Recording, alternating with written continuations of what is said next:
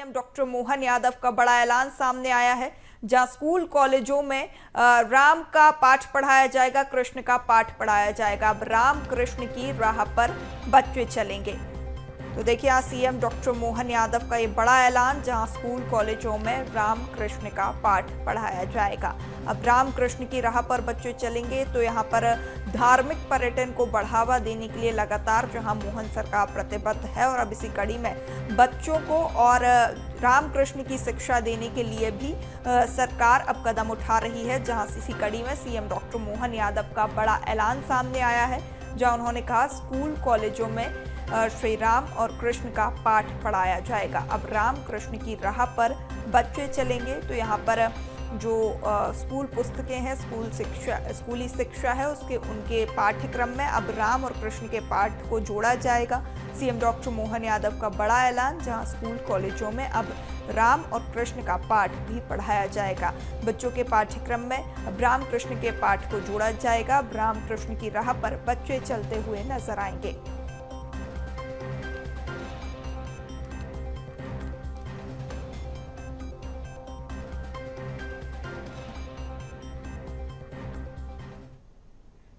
मध्य प्रदेश सरकार ने श्री राम पथ गमन, श्री कृष्ण पथ गमन दोनों बड़े प्रोजेक्ट हाथ में लिए हैं, और इन पथ गमन के आधार पर मध्य प्रदेश में भगवान राम किन किन स्थान पे गए हैं, उन प्रत्येक स्थान पर जाकर के उन स्थानों को चिन्हित करके उनको तीर्थ के रूप में विकसित करने का सरकार ने पहली बार में गठन के साथ ही निर्णय किया था।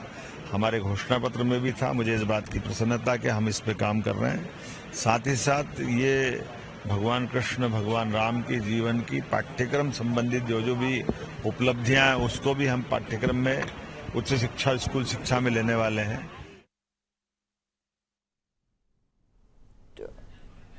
तो देखिए स्कूल कॉलेजों में अब राम और कृष्ण का पाठ पढ़ाया जाएगा, पाठ्यक्रम में शामिल किया जाएगा। ज्यादा जानकारी के साथ सहयोगी रंजन हमारे साथ जुड़ चुके हैं, चर्चा कर लेते हैं। रंजन, सीएम डॉक्टर मोहन यादव का बड़ा ऐलान, जहां अब बच्चों को जो है राम कृष्ण का पाठ पढ़ाया जाएगा, उनके पाठ्यक्रम में अब ये शामिल किया जाएगा।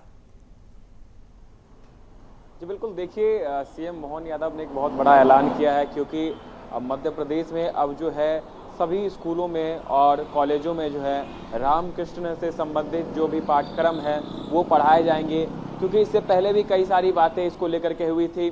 कई सारे विशेषज्ञ कहते थे कि हमारे किताबों में, एनसीईआरटी की किताबों में मुगलों के बारे में पढ़ाया जाता है, मगर हमारे जो सांस्कृतिक जो सनातन धर्म की चीज़ें हैं उसके बारे में बच्चों को आज तक पता ही नहीं चल पाया है, जिसके कारण अब सीएम मोहन यादव ने बहुत बड़ा फैसला लिया है। इसके तहत जो है सभी स्कूलों और कॉलेजों में जो है रामकृष्ण से संबंधित जितने भी पाठ्यक्रम है वो बच्चों को पढ़ाए जाएंगे, और साथ ही साथ जो है उनको शिक्षा दी जाएगी किस तरीके से उनके पथ पर चला जा सके।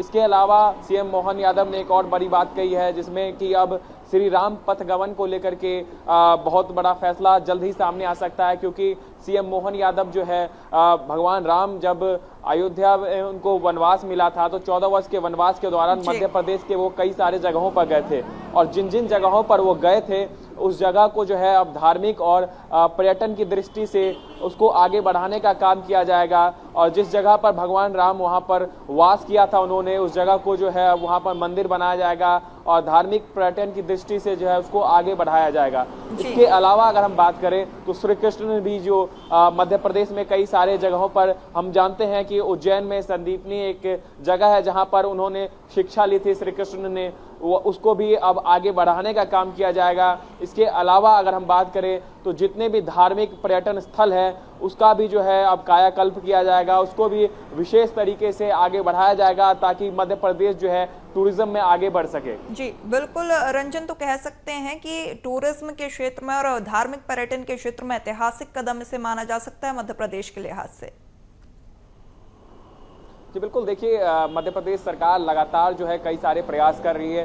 कुछ दिनों पहले हमने देखा था कि पर्यटन को बढ़ावा देने के लिए उन्होंने कई सारी योजनाओं का शुभारंभ किया है, जिसके तहत जो है अब एयर टैक्सी की भी शुरुआत की गई है। 8 जिलों में जो है एयर टैक्सी की शुरुआत कर दी गई है, जहां पर अब पर्यटन की दृष्टि से देखें तो भोपाल, इंदौर और जो भी खरगोन, जितने भी मध्य प्रदेश में पर्यटन स्थल है, अब लोग आसानी के साथ जो है 1 से 2 घंटे के अंदर एयर टैक्सी की सुविधा लेकर के वो पहुंच सकते हैं। अब इसी कड़ी में देखिए कि पर्यटन को बढ़ावा देने के लिए और साथ ही साथ सांस्कृतिक विरासत को आगे किस तरीके से बढ़ाया जाए, मध्य प्रदेश में हमने देखा है कि मोहन सरकार जब से बने हैं तब से जो है कई सारे बड़े फैसले लिए हैं। ऐसे में सांस्कृतिक दृष्टि से अगर नजर डालें तो श्री राम पथगमन जो है अब एक बहुत बड़ा फैसला उनके तरफ से लिया गया है और श्री कृष्ण ने भी धार्मिक पर्यटन के साथ साथ स्थानीय रोजगार कितना बढ़ेगा, कितनी जो है बढ़ोतरी इसमें होगी, कितना फायदा स्थानीय लोगों को?